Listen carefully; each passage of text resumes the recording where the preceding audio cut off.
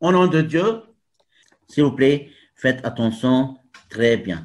Exercice numéro 7, page 74. Je veux un tout petit peu lire avec vous l'exercice 7, n'est-ce pas, afin de comprendre quelque chose. Puis, je veux vous rappeler de cette méthode qui se trouve dans l'exercice numéro 7. Je vais lire très doucement. On réalise une chromatographie bidimensionnelle. On réalise une chromatographie bidimensionnelle. Donc, là, on réalise, s'il vous plaît, tout le monde, faites attention très bien. On réalise une chromatographie bidimensionnelle. Moi, maintenant, ce que je viens de faire est de vous expliquer un peu, n'est-ce pas, cette méthode appelée chromatographie bidimensionnelle.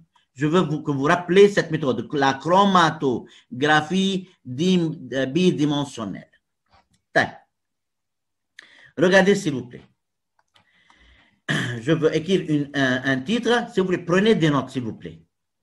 La chromatographie, alors, bidimensionnelle. Chromatographie bidimensionnelle. La chromatographie bidimensionnelle. Dans cette méthode, on va utiliser un bécher, comme ça, un récipient ou bien un bécher, et dessiner en même temps que moi un récipient ou bien un bécher, un récipient comme ça. Ce récipient contient un solvant organique, un liquide qui dissout, un solvant. Bon, un solvant. Et dans ce récipient, on va plonger un papier chromatographique. Un papier chromatographique. Dans ce récipient, on va plonger un papier chromatographique.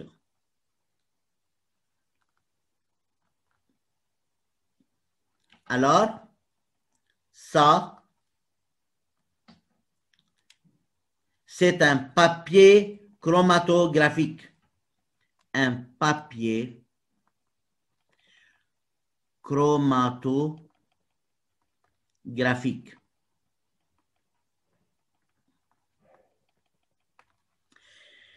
Le papier chromatographique a la propriété d'absorber ce solvant, peut absorber le solvant et former des tubes capillaires, n'est-ce pas? Par capillarité, ce papier peut absorber le solvant. Alors, monsieur, on a un bécher, un récipient qui contient un solvant organique. C'est un liquide qui peut dissoudre. Et une substance, on va voir tout de suite quelle substance. Dans ce solvant, on va plonger un papier chromatographique. Le papier chromatographique peut absorber le solvant. Sur ce papier chromatographique, on a mis, c'est-à-dire une protéine. Ah, monsieur, regardez. Cette tache rouge, là, représente une protéine. On a écrasé, par exemple, un petit morceau de blanc d'œuf bouilli. Le blanc d'œuf bouilli, on écrase comme ça sur le papier. Alors, sur ce papier chromatographique, on a écrasé, n'est-ce pas, une protéine. Alors, c'est une protéine. Une protéine. Une protéine. Protéine. Ah, monsieur. Alors, on a le papier chromatographique qui absorbe le solvant organique et qui peut dissoudre la protéine, qui peut hydrolyser la protéine. Ah, monsieur, quel est alors ce solvant organique? Ce solvant organique, monsieur, ce solvant organique, c'est un solvant qui peut hydrolyser, c'est-à-dire, n'est-ce pas, c'est-à-dire décomposer, hydrolyser la protéine, c'est-à-dire décomposer la protéine en acides aminés. Je veux reprendre très doucement, n'ayez pas peur, c'est très facile. La chromatographie bidimensionnelle, alors, consiste à amener un récipient qui contient un solvant, on l'appelle solvant organique, c'est un solvant qui peut hydrolyser la protéine. C'est-à-dire, vous savez très bien que la protéine est formée d'acides aminés, longue chaîne d'acides aminés. Ce solvant peut décomposer la protéine, peut couper les liaisons entre les acides aminés. C'est-à-dire peut transformer, peut décomposer la protéine en quoi? En acide aminé libre. Ah, monsieur, regardez, ya Habibi, regarde ma belle et mon beau, mes beaux amis. Regardez, ce papier chromatographique qui présente cette protéine-là. Le papier chromatographique, on a dit que le papier chromatographique a la propriété d'absorber le solvant. Ah, maintenant, monsieur, le solvant, en montant dans le papier chromatographique, qu'est-ce qu'il va faire le solvant? Va dissoudre la protéine, va décomposer cette protéine en acides aminés et comme ça quoi? Et va entraîner avec lui les acides aminés à des niveaux différents. Va entraîner avec lui les acides aminés de cette protéine à des niveaux différents. C'est-à-dire, par exemple, là c'est un acide aminé, là c'est un acide aminé, là c'est un acide aminé, etc., etc. Ah, monsieur, le solvant va monter dans le papier chromatographique. Pourquoi? Parce que le papier chromatographique a la propriété d'absorber le solvant. Lorsque le solvant arrive vers la protéine, on dit que ce solvant va décomposer la protéine en ces acides aminés, va transporter avec lui les acides aminés selon leur masse. Les bicônes plus lourds, les plus légers seront transportés vers le haut. Ok. Maintenant, donc, comme on a dit, que le solvant, en montant, va dissoudre les acides aminés de cette protéine, n'est-ce pas, en acide, va décomposer cette protéine en acides aminés et va transporter les acides aminés à des niveaux différents selon leur masse molaire. Ah, monsieur, ok, taïb. Parce que, monsieur, c'est une seule dimension là. Pourquoi on appelle cette méthode bidimensionnelle, deux dimensions? Regardez. Le particulier là, le spécifique ou bien l'important, c'est quoi? C'est que, regardez, je veux écrire là A, B, C et D. C'est la première dimension. On a décomposé dans cette direction les acides aminés maintenant, vers le haut. Dans un deuxième temps, qu'est-ce qu'on va faire? Regardez, s'il vous plaît. On va, dans un deuxième temps, regardez qu'est-ce qu'on va faire. On va, on utilise ce même récipient, comme ça. C'est le même récipient, toujours le même récipient. Toujours, on a le même solvant, organique toujours. Et alors, regardez qu'est-ce qu'on va faire. On va tourner le papier dans une direction donnée. On va tourner, n'est-ce pas? On va faire une rotation du papier chromatographique. Monsieur, comment c'est-à-dire? Regardez, c'est le papier chromatographique maintenant. Regardez attentivement, s'il vous plaît, le même papier chromatographique. le même papier chromatographique, mais regardez qu'est-ce que je viens d'écrire maintenant. S'il vous plaît, faites attention très bien. A, D, C, B. Ah, monsieur, on a tourné le papier dans cette direction. Ah, monsieur, maintenant, regardez, les acides aminés sont là. Le solvant va monter encore, va monter maintenant dans cette direction. Et quoi alors? Ces acides aminés seront encore séparés, sont transportés à des niveaux différents sur leur masse molaire. Bon, c'est-à-dire, on aura une tâche là, peut-être là, cet acide aminé peut-être sera là, et par exemple là. Monsieur, c'est une chromatographie bidimensionnelle, c'est-à-dire on a séparé les acides aminés de cette protéine dans deux directions différentes. Premièrement, dans cette direction vers le haut, puis on a tourné le papier, on a fait une rotation de ce papier, et regardez comment on se trouve maintenant, ce sont les acides aminés, n'est-ce pas, qu'on a commencé avec, n'est-ce pas, après la première séparation, et le solvant monte, les sépare aussi, entraîne avec lui, n'est-ce pas, dans une deuxième direction pour mieux séparer les acides aminés de cette protéine. Bon, c'est le solvant. Alors, je veux écrire seulement, c'est le même solvant qui se trouve là, et le solvant monte, alors, et va encore, alors, entraîner avec lui, n'est-ce pas, ces acides aminés. J'attends vos questions. Alors, on était en train de parler de numéro 7. On était la fois passée, on a parlé un peu du numéro 7 et on a dit que j'ai commencé avec cette phrase, on réalise une chromatographie bidimensionnelle et quoi, j'ai expliqué que veut dire la chromatographie bidimensionnelle. Alors, la chromatographie bidimensionnelle,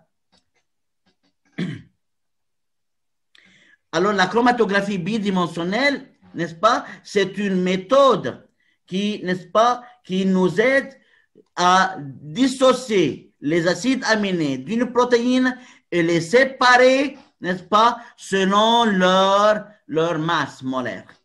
Alors, bidimensionnel, dans une première direction vers le haut, regardez, la première séparation était vers le haut, dans cette direction.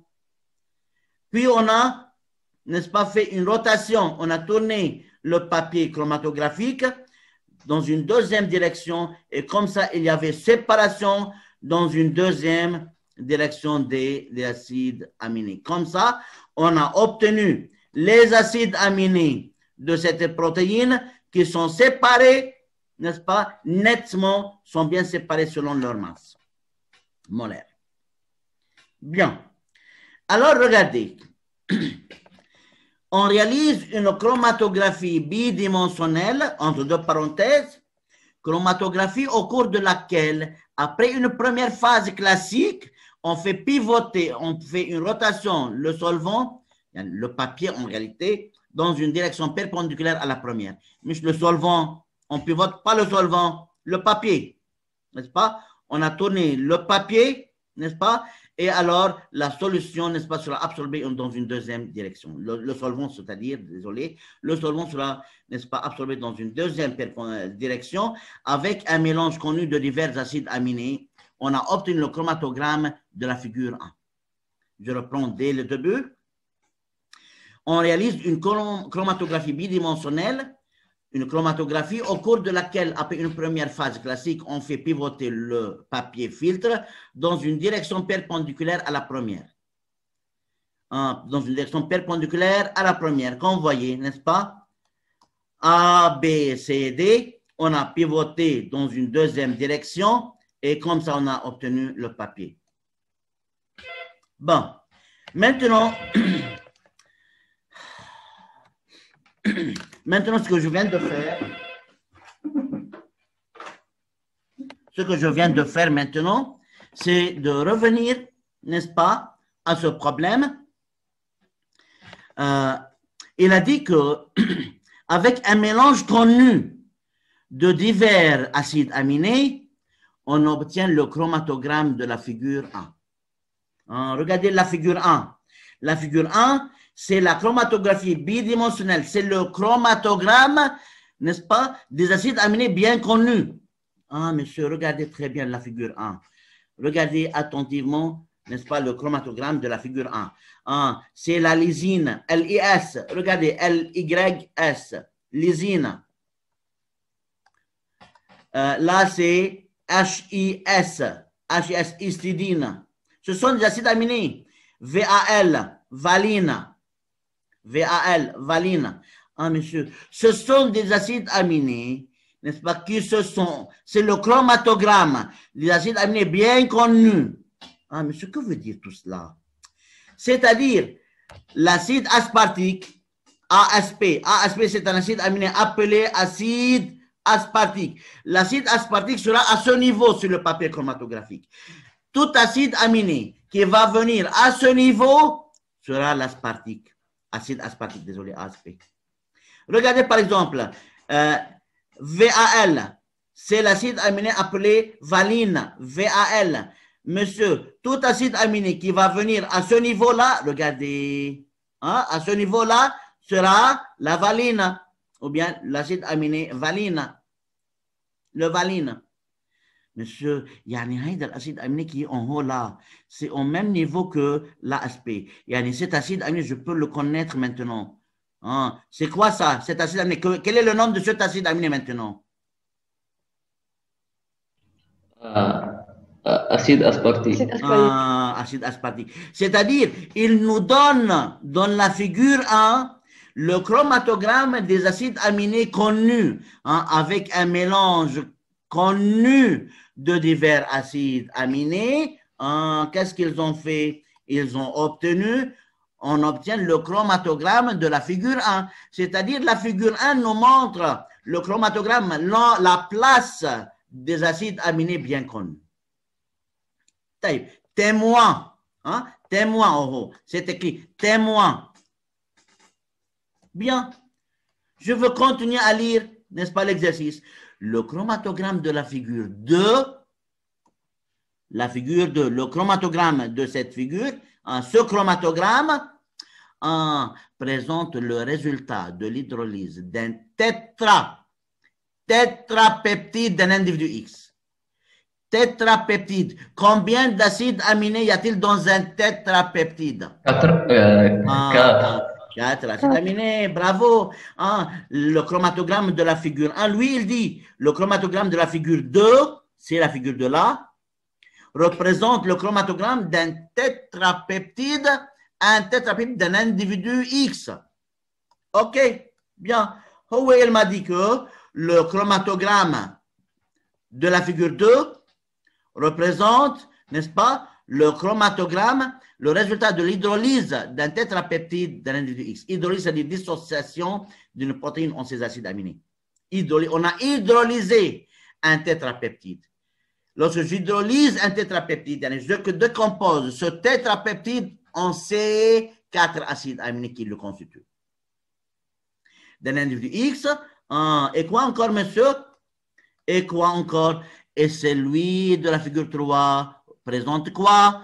Le résultat de l'hydrolyse du même tétrapeptide d'un autre individu Y. C'est quoi?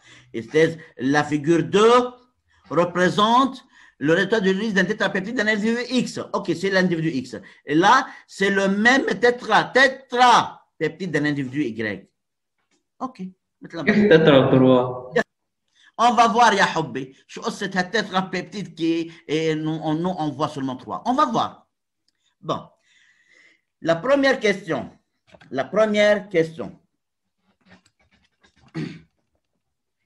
C'est quoi la première question, ya Hobby? Quelle est la masse molaire de ce tétrapeptide de la figure 2? Quelle est la masse du tétrapeptide de la figure 2? Monsieur, regardez la figure 2, ya Hobby, s'il vous plaît. La figure 2 est formée, premièrement, de l'ASP, acide aspartique.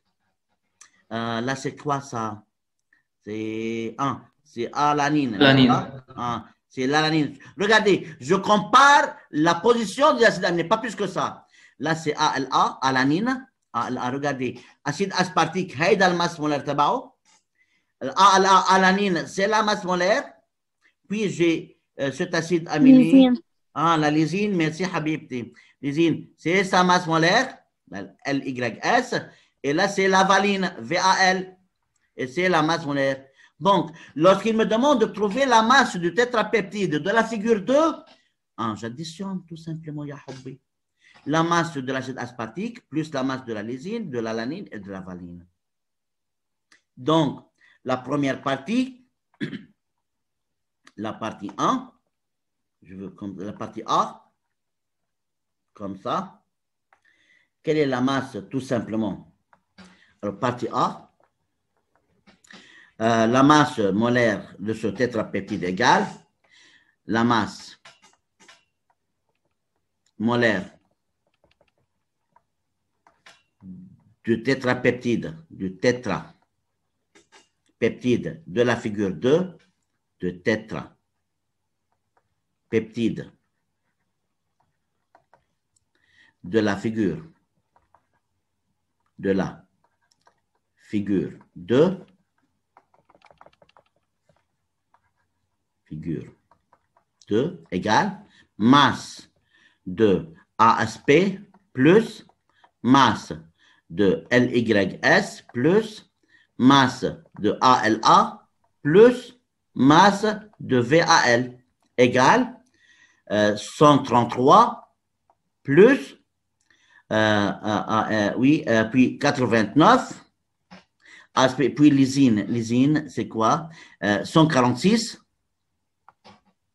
بالسكسيسيون اللي كتبته فوق انا je veux les écrire plus après lysine alanine ALA sa masse c'est 89 et plus à la fin on a quoi la valine qui a une masse molaire de 117 ça fait 485 merci mol par gramme par mol gramme. La masse molaire en grammes, n'est-ce pas? Oui. Ça va? Gramme par mol. Ok, par mol, mais je trouve la masse molaire. La masse molaire, c'est gramme par mol. Je dois écrire par mol? Oui. Bon. مثلا بدكم خيي أنا إنسان آدمي اللي بدكم إياه بعمله ما في مشكلة. Ok. طيب. Toujours, s'il y a une question, toujours, s'il vous plaît, vous la posez directement. Partie B, s'il vous plaît. Faites attention pour la partie B. Peut-on déterminer la séquence exacte de ce tétrapeptide? Ce que veut dire la séquence? La séquence, c'est-à-dire arrangement. L'arrangement exact. En réalité, quoi? لا أستاذ ولا شيء. Donc, lorsque je dis chromatographie bidimensionnelle, la chromatographie bidimensionnelle n'a rien à faire avec l'arrangement. Seulement, nous montre les acides aminés qui construisent une protéine donnée. On a déjà expliqué ça. Parce que l'arrangement, à chaque fois que l'arrangement change, le rôle ou bien la fonction de la protéine ou bien du tétrapeptide change. On sait très bien que la structure de la protéine change. Le rôle de la protéine change lorsque l'arrangement des acides aminés change. Pour cela, peut-on déterminer la séquence exacte? Partie B, non. Car la séquence des acides aminés, n'est-ce pas? La séquence, n'est-ce pas, dépend directement, ou bien la fonction, car la fonction d'un peptide change avec la séquence des acides aminés qui le construisent.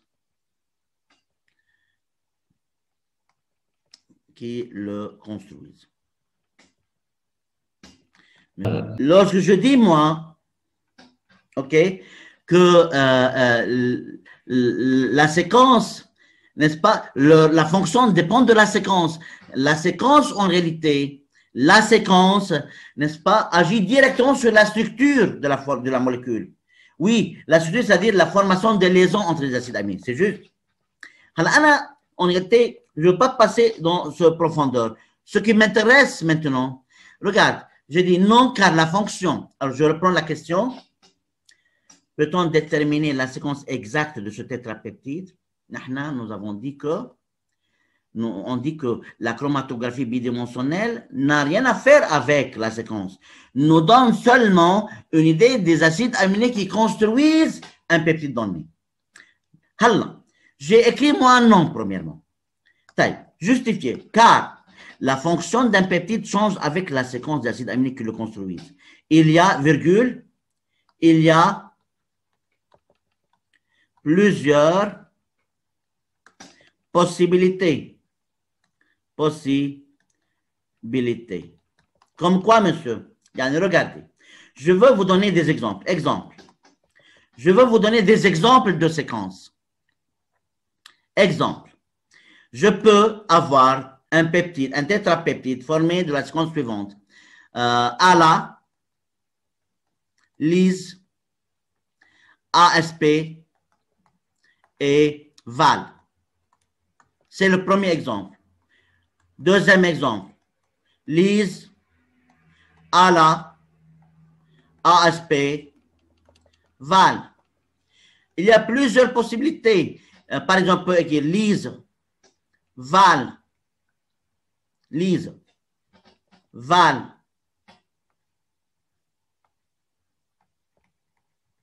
ASP, ALA, etc., etc., etc., etc. Il y a beaucoup de possibilités. Il y a beaucoup de possibilités. Et quoi encore, monsieur? N'est-ce pas? Et la chromatographie bidimensionnelle ne nous donne pas une idée de cette séquence. Bon. En biologie, on dit non, monsieur, la chromatographie ne donne pas une idée. Il y a le rôle, la fonction d'une protéine dépend de sa séquence et il y a plusieurs possibilités pour cette séquence. Bon. La partie C. La partie C. Avant de passer dans la partie C, s'il y a une question, s'il vous plaît, n'hésitez pas. Tout simplement, je ne peux pas par chromatographie bidimensionnelle savoir la séquence. Tout simplement, la chromatographie bidimensionnelle nous donne une idée sur les acides aminés qui construisent, non pas la séquence, car la séquence, n'est-ce pas, donne le rôle. La fonction d'un peptide change avec la séquence et il y a plusieurs possibilités de séquences. Si vous voulez, vous pouvez à la fin ajouter, on peut ajouter à la fin pour ne pas oublier, virgule, la chromatographie bidimensionnelle nous donne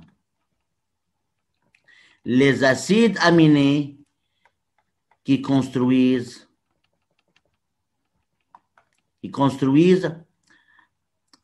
une protéine donnée, un peptide donné, et non pas leur séquence. Point. Comme ça, la réponse sera complète.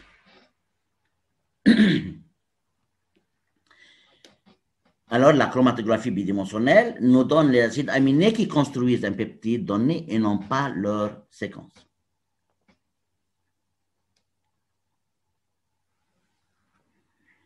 Je passe maintenant à la dernière question dans cet exercice. Regardez les beaux élèves. Comment, une belle question, comment peut-on expliquer le chromatogramme de l'individu Y? S'il vous plaît, regardez le chromatogramme de l'individu Y, la figure 3. Lui, il a dit, lui, il a dit que c'est un tétrapeptide. Celui de la figure 3, regardez, c'est la figure 3. Hein? Je viens de vous montrer la figure 3. C'est la figure 3. C'est la figure 3. Hein? Montre le chromatogramme de l'individu Y. Un tétrapeptide de l'individu Y. Lui, il a dit, le chromatogramme de la figure 3, celui de la figure 3, présente le résultat de l'hydrolyse du même tétrapeptide. 4 acides aminés. Comment peut-on expliquer ce chromatogramme? Oui. peut-être إنه في أسيد أمينات نمن. يا عمي شو هالسيمفونية ال40 لبيتهوفن هيدي؟ Sûrement, peut-être, bravo, peut-être qu'un acide aminé se trouve en 2 molécules. C'est-à-dire peut-être qu'il y a 2 molécules de l'acide aspartique, par exemple. Ou bien peut-être il y a 2 molécules de l'alanine. Ou bien peut-être il y a 2 molécules de la lysine. Parce que lui, il a dit c'est un tétra. Il y a 4 acides aminés. Pourquoi on voit seulement 3 dans le chromatogramme? Monsieur, peut-être 2 acides aminés identiques vont se confondre, seront confondus.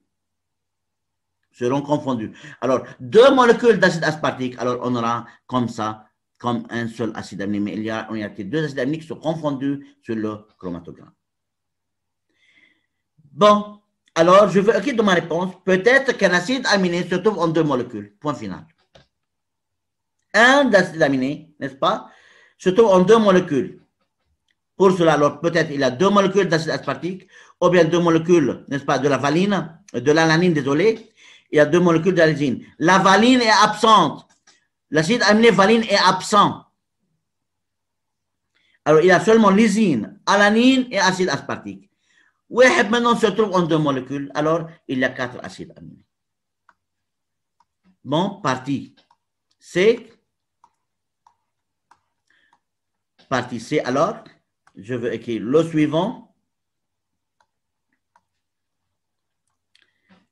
Partie C, alors.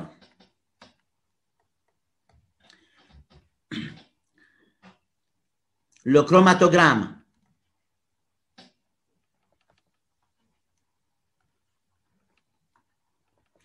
de la figure 3 montre 3. Ah, monsieur. Oui, ce mot est important dans la réponse. Il y a 3 types. 3 types, n'est-ce pas? En 3 types d'acides aminés, différents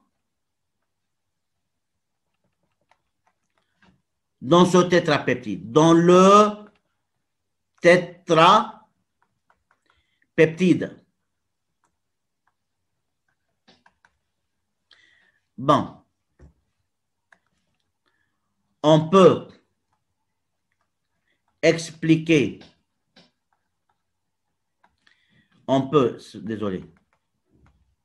Alors, regardez, on peut expliquer le chromatogramme, n'est-ce pas? On peut expliquer, n'est-ce pas, ce chromatogramme, on peut l'expliquer. Le résultat observé par la présence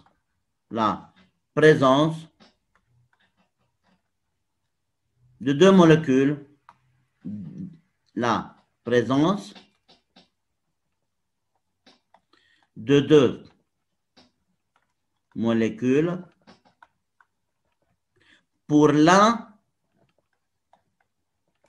des acides aminés qui construisent ce chromatogramme, ce peptide, désolé. Bon. Alors, j'ai écrit une phrase premièrement, vous pouvez l'écrire ou bien non, comme vous voulez. La phrase, n'est-ce pas, et cette phrase est importante pour vous. Le chromatogramme de la figure 3 montre 3 types d'acides aminés différents dans le tétrapeptide. Alors, on peut expliquer le résultat observé. Non, il y a seulement 3 acides aminés, par la présence de 2 molécules pour l'un des acides aminés qui constituent ce peptide. Ces trois types d'acides aminés, واحد منها trois types se trouve en deux molécules parce qu'il est un tétrapeptide. Il est formé de 4 acides aminés. J'attends vos questions.